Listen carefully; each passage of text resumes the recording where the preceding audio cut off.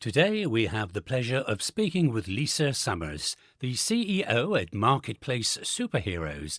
Lisa leads the charge of this innovative platform that empowers entrepreneurs globally to build and scale their business through Amazon.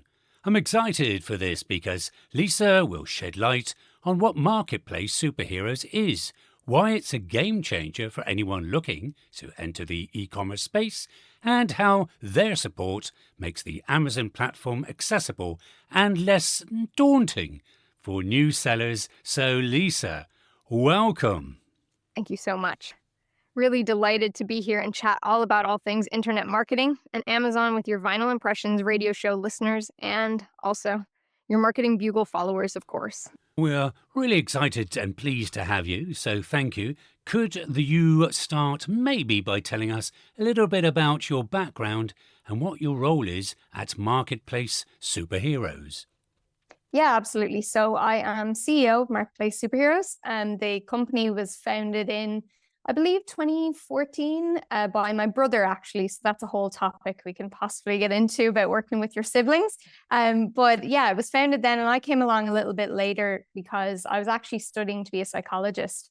And I thought I was going to have a very corporate career as a clinical psychologist or something along those lines. And I was studying, and actually I found that a lot of what I had hoped psychology would be and that career would be, it wasn't really. It was very, you have to exist within this system, you have to do things a certain way. And I was never very good at that. Even in school, I was always the annoying kid with her hand up for every question or just blurting out the answer. So I wasn't existing very well within those systems. And at the time, my brother Stephen had started this little course, as we used to call it back then, because he was an Amazon seller himself, and he identified that there wasn't really anyone providing good education in that space back then, certainly not for people outside of the US. And he was obviously based in Ireland, where we're from. He started a course with his then business partner at the time, and then I came along a little bit later as a customer support representative, would you believe, because I wanted to see what was going on over there. Was it going to be something that could give me a bit of pocket money while I was a broke student studying as a psychologist? And then after that, it was a case of I was looking around the business and I was spotting lots of opportunities for reducing the chaos, I would say. And anybody who's in an early stage like course coaching business probably knows what that chaos is like. You're just launching things whenever you feel like it the day before. No one on your team really knows what they're doing. You don't even really have a big team. And there was lots of things that were just not really working that well. And so I took it upon myself to try and fix some of these glaring issues. And that was how I began my ascent, which sounds like I became royalty or something. It wasn't quite that fancy, but yeah, that was how I began moving up through the company until eventually now I run the business. So the company was launched, as you say, in 2014, is that Mm-hmm. right? And then when did you come on board? How quickly after it was created did you start? Yeah, I was about 2016. It really only got going in 2015, I would say. There was a small number of clients we had, and it wasn't very big. I remember my brother was he would be calling people, cold calling people on the phone. Hey, do you want to learn how to sell on Amazon? We've got a course. We didn't have all of the funnels and all of the, say, like joint ventures and things like that we have now. So it was very bootstrapped and very basic at the time because we were learning, right? So I came along at the start and I began reading Russell Brunson's books, .com Secrets, Expert Secrets, all the OGs will know those. And I was also reading a lot of J. DeMarco books, like all about Millionaire Fast Lane, and trying to understand like, oh, I don't have to have a 9 to 5. I don't have to have a traditional job. We can build something that is very different and allows us to create freedom in our lives. Like I travel around the world with my partner now, and the only reason I can do that is because I don't have to ask for time off because I work for myself. So I think, yeah, it was a case of just getting stuck into learning about marketing, obviously. And then also for me, because I knew I was someone who could organize things and make sure the team were all pulling in the right direction and building a team in the first place. Then I got really into leadership and operations and all of those topics. And so I went on a deep dive of studying all of those things in order to help us grow the business. And that's been the journey we've been on ever since. So here we are, 11 years since the company was founded, maybe 10 years since it started to find its feet and become what it's become today. Maybe you could just tell us a little bit about that journey and how the past 10 years has panned out, both for you and for the company itself. Yeah, so I'll take the company first. That's almost easier to do. I think, like I said in the beginning, and anybody who has an idea for a course, you're just trying to get clients in, you'll do that in a scrappy way. And in the beginning, that's the best way, I would argue. Like I always say, people ask me, like, if I want to do this, like, how do I do it? And I'm like, just find 3 to 5 people that'll pay you a couple $1,000 and you can deliver it on Zoom. Don't go and build out a whole big funnel and a whole course. And because people might get halfway through and go, this isn't helping me. It's not what I want to learn and all of that. So we were scrappy in the beginning, and then we had a couple of lucky breaks, I would say. They weren't just luck. We put in a lot of work to get them, but we did get lucky in some ways, where we found quite a large YouTube channel that talked all about Amazon.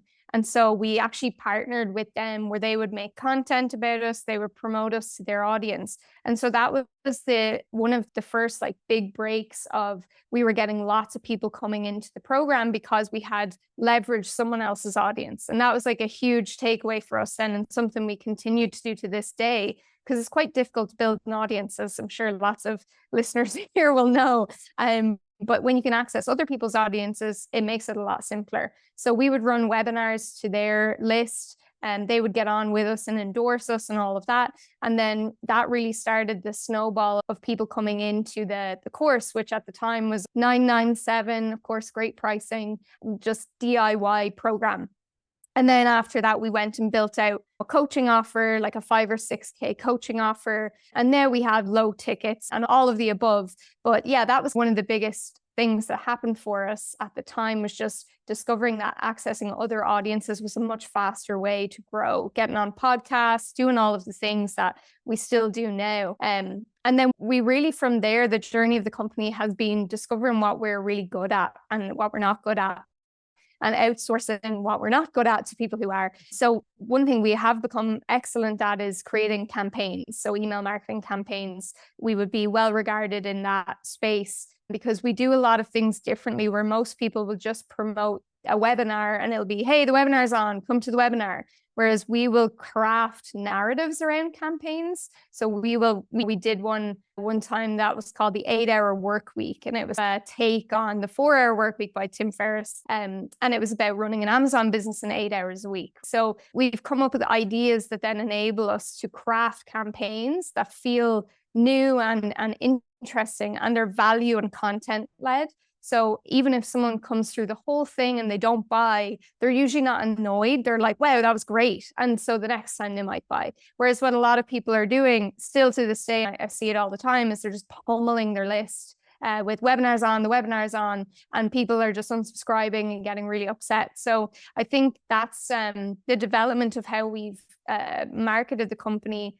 That's probably been the biggest piece, is learning how to craft those campaigns and actually monetize our buyers. Because again, something most people they're very focused on new leads and new blood into the business, whereas we actually put a lot of focus on upgrading people and getting them cross-sold into other things. So that's been a way for us to really get as much value out of our list as we can and come up with those campaigns to do that. That's probably a bit on the development of the company. Another thing would be selling less offers and just selling your existing offers in more intelligent ways. So if you have a webinar for a $2,000 program, then run a pop-up Facebook mini group to sell it, run a VSL funnel or video sales letter. There's different ways that you can sell the same thing. You can also put different pricing in place, so that if someone didn't want to come in on your 3 payment plan, would they come in on a 12 payment plan? So I think that's been a big lesson. We went through the phase of creating a new offer nearly every month, and it was like all fulfillment had to be done and delivery, and it was new coaches had to come in and all of that. And we went through a lot of that chaos, especially during COVID, because our business actually doubled in size during COVID, because of course people were looking for ways to work from home, to not rely on their job. And so selling on Amazon was a great vehicle to do that.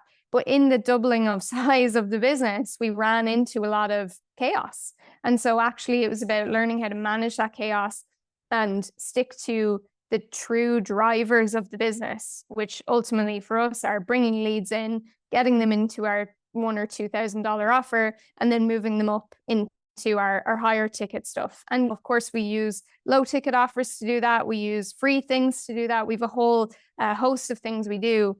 But then it's not about going and starting the next business now and the next one and jumping around here and building just everything you can possibly build. And I think for me, speaking of my journey in the business, obviously understanding psychology helps a lot, because I think for a lot of entrepreneurs, there's a lot of ADHD going on in most entrepreneurial brains. And so it's a case of going, we understand that we're going to want to do new and shiny things all the time. That is a fact. And so it's a case of really being able to use data to decide what is the best move for the business and for us. Because I know many of my friends in this space have gone off and done 10 different things at the same time, and it's all fallen apart, right? And we've nearly been guilty of that. Thankfully, we pulled it back at the last minute, right, over the years. But it's really a case of being able to focus. And I think my own journey has been an interesting one, because I definitely had a lot of beliefs about myself that were quite limiting for a long time. I'm 30 now, but I was 22 or 23 maybe when I got started. And so people on my team, we had people that were in their 50s who were now I was their boss or whatever. And I used to feel really strange about things like that. Why would they want to listen to me? Why? I don't know enough. I haven't been here long enough. And obviously with time and with experience, you overcome a lot of those beliefs, but definitely self-doubt has been the biggest thing for me that's held me back, I would say. And I think probably that's true of most leaders in any business, where you wake up sometimes and go, what should I be doing? Does everyone else know what to do? Because I don't know what to do. And that's where you bring in mentors and consultants and people to come in and help you when you're stuck. And I would say that the biggest thing for me I've learned personally is really just asking for help and not trying to do it all yourself. Because when you do it all yourself, yeah, you get the 2-second glory of, yes, I fixed it all, I solved it. But the business can't grow at the same rate as it can when you truly expand your thinking and allow other people to come in and help. I think I used to feel like I had to contribute all the time. If we were in a meeting, I just would be talking. And obviously I'm talking a lot now, but I think it's okay in this situation. But I would just be talking a lot. And now I'm really quite quiet in our meetings. I'm letting our team lead the meetings, and I'm sometimes just providing comedic relief. They tell me, I hope that's true. But really it is being able to be confident enough in yourself to step back and allow other people to step forward. And lastly, I think for me, it's a case of leverage. We didn't really leverage a lot of things in the early days. It was we did everything the hard way. And now I'm always looking for the who, not the how, is a big principle that we use all the time. But really just looking at what is the 80-20, what is the way that we can achieve the result we want with the least amount of stress and difficulty. Whereas before it was almost like a badge of honor to do it in the most stressful way. So that's been a big shift, I think, for me personally in the business. You touched on this earlier. It's so easy to just keep hammering your list with the webinar is on, the webinar is on. But it sounds like you found success by making it more engaging, adding entertainment, and even bringing comedy into your emails and events. That way, people feel involved and get value beyond just being sold to. That's a great insight, especially early on in your business. Speaking of early challenges, you mentioned working with your brother. That can be tricky. People always say not to work with kids, pets or siblings. How did you manage that dynamic and make it work without causing too much friction? Yeah, I have to give him a lot of credit. He's a genius marketer. And many of these concepts I'm talking about, he brought to the table for us as well. So it's not like I'm the mastermind behind all of this in our business. Really, he's been phenomenal at growing it. And I keep the train on the tracks, right? Because he's such a speedy mover. And for us, it was a case of figuring out the division of responsibility was the biggest thing, because we used to be in each other's business all the time, for want of a better term. And we would be working on the same things, and it was just a bit messy. And that was in the much earlier days. And now in the last few years, we've really got this lovely division of he is growing the business and he is overseeing our marketing and a lot of our partnerships. And then I'm running the business. So I'm looking at everything else that doesn't fall under that. And I'm still looking at that, but more so from an oversight perspective or strategic perspective. And what we do together is we set the strategic direction of the company together, and then we branch off into the different areas and off we go. So for me, it's more about making sure the team know what they're doing, making sure our finances are in check, making sure everything is running smoothly, and looking at all of the things that grow the business. And he's very much focused in that area. And that's been great for us. There was a couple of times for sure in the last few years where I've had that phone call where I'd say, hey, you're my brother, you're supposed to stick up for me. And he'd say, I'm not your brother in this situation, I work with you. And the same in reverse, right? So it was a case of learning that like separation of family and work. And there were times where we would have a tough day at work, and then I would go and see his kids that evening at his house, and we would hang out and have fun. So I think that's been big, is just almost seeing each other as different people when we're in those roles, and not seeing each other as brother and sister. But the great thing about it is we have quite a similar brain in many ways. And so I know what he's going to say before he's going to say it.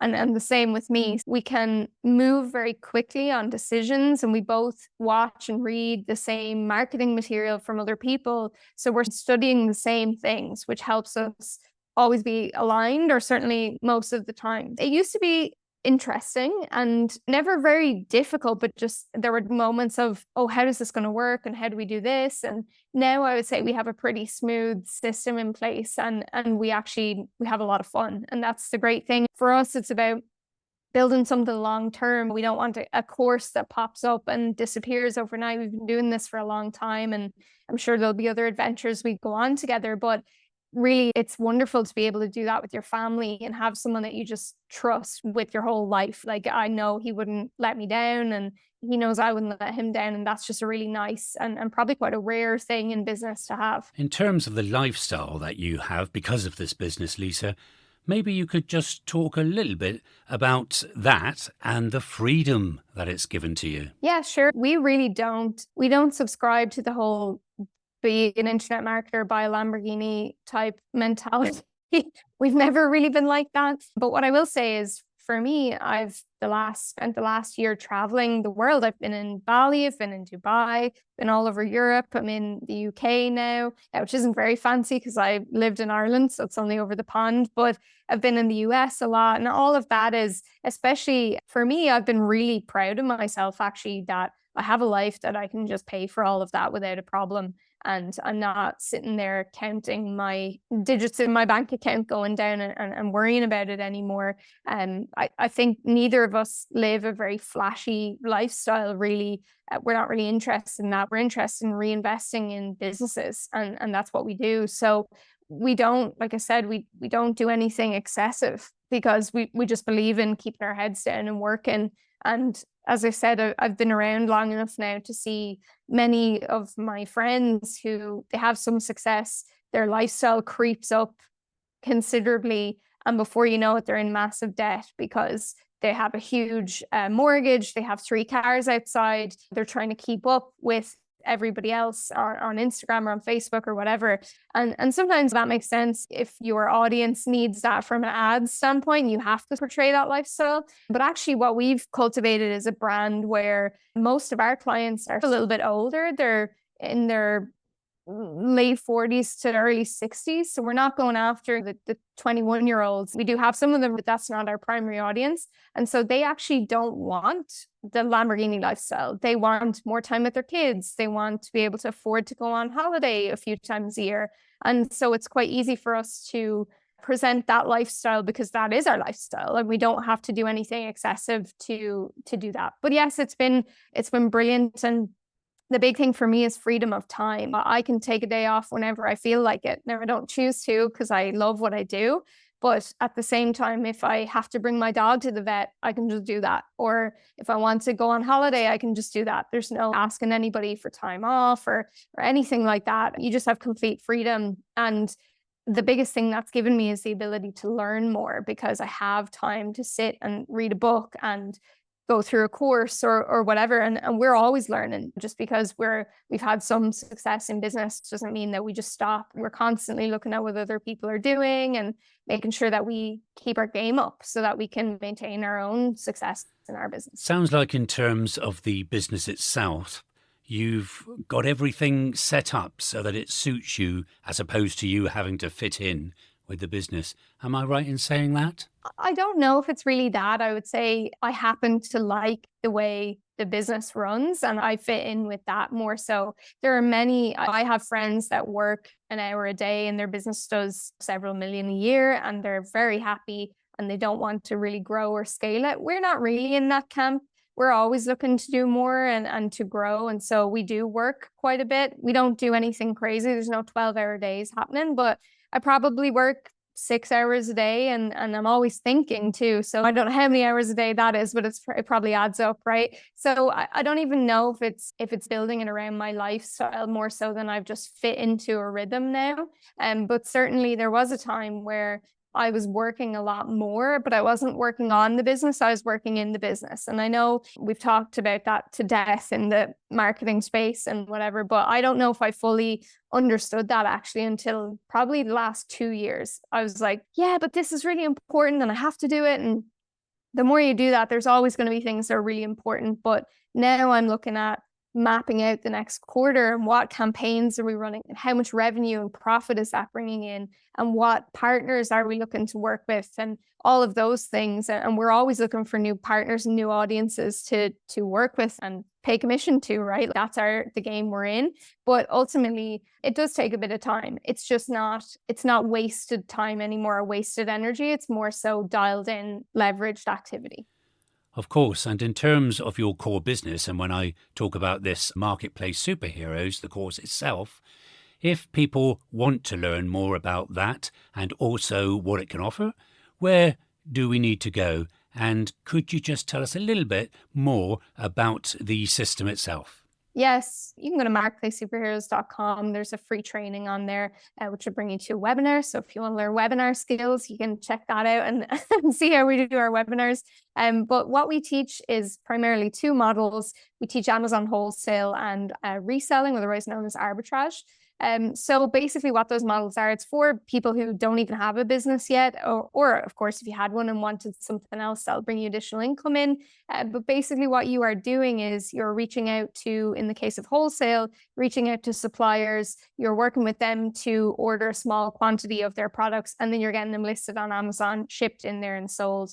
And then reselling is a little bit more that Converse have a sale on their website. So you go on there and you buy 5 pairs of Converse and you sell them for an additional profit on Amazon. So there's a lot more to it than that. But essentially, most of Amazon is made up of smaller individual sellers, which I don't think a lot of people know that, but it's one of the biggest marketplaces, obviously, that we have. And it's a huge vehicle for sellers. And we've really just found a lot of success. I mean, we have thousands of students at this point now. They've gone through our programs, learned to do this. They're not people who have a lot of business experience typically. We actually have a lot of people who are professionals like in real estate or even dentists and random things like that. Engineers seem to love it because it's quite, sequential. We have a lot of people like that in our programs, and really they're just in there learning how to sell products on Amazon and make money from that. A lot of people ask me, do I have to have a brand or do I have to sell a specific type of product? And the answer is no. You're selling already proven items. So things like Converse, even like Crayola crayons, and there's tons of brands that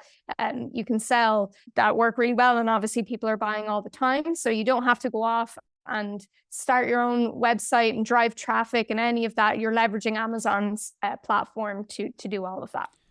One big challenge that holds people back from getting into e-commerce is the logistics, setting up a website, buying inventory, and handling shipping. Drop shipping is an option, but with Amazon, the customers are already there, ready to buy. If you have a great product with strong branding, it becomes much easier to make sales. With that in mind, How do you see Amazon evolving as a platform? And in terms of your community and training, how do you help people overcome the fear of competition on Amazon? Yeah, I think people say that about lots of things. Like I've heard people say email lists are dead, webinars are dead, like everything is dead recently for some reason, but not if you know how to do it properly, right? So with Amazon, there's ways that we have to optimize what you're doing to enable you to make sales. And also with Amazon, there's a thing called the buy box, which I'm not sure if many people are familiar with, but throughout the day, Amazon rotates the sellers that you're buying from. So if you're looking at Crayola crayons, for example, it's not going to be the same seller the entire day. It will rotate who is on that listing if you're doing wholesale, for example. So in that case, Amazon is enabling you to make sales. Amazon is putting you on the page in front of someone and going, buy this, right? So there's built-in ways for Amazon to help sellers to do that. And we only sell items that we have a whole research system. And we have everything in place to make sure you're not selling things that are just so competitive that you're never ever going to make money. We vet products, we go through things to make sure that they're the right items. And like you said, yeah, like we have entire coaching programs that work with people on it to make sure that they have all that support, they have everything they need to really be successful with it. And it's like anything. People say to me, like, how much money can I make? Am I going to be successful overnight? How does this work? And it is like anything. You can log in and never watch a video and then say it wasn't good and you failed at it, right? There's so many people that just actually don't take action on the material, and there's not really very much we can do about that bar encourage people. But all I can say is we have many people in our community that are doing quite well with the programs and making enough money to go on their extra holiday or do the things that they want to do. It's probably one of the easiest ways to get started, like we're saying, because you don't have to create an audience. You don't have to do all of those things that with internet marketing in comparison that's the big hurdle, is figuring out the offers, figuring out the audience, all of that. And it's just a nice way to not have to worry about that and to be able to make a nice side income. It sounds like you love what you do as well, Lisa. Again, for anybody that wants to find out more about Marketplace Superheroes, tell us again where we need to go. Yeah, you can go to marketplacesuperheroes.com. Also, if you want to connect with me, I'm on Instagram or Facebook. So Facebook, Lisa Summers, SOMERS is my name. And then on Instagram, my handle is It's Lisa Summers. Very original, I know. So you can follow me there, send me a DM if you have any questions or anything. I'm always happy to chat to people who are interested in the same things I'm interested in. So that's the best place to get me. Great. Lisa, thank you so much for your time today. It's been an absolute pleasure chatting with you, and we wish you more success with Marketplace Superheroes and whatever and wherever else you end up. So thank you. Thanks so much.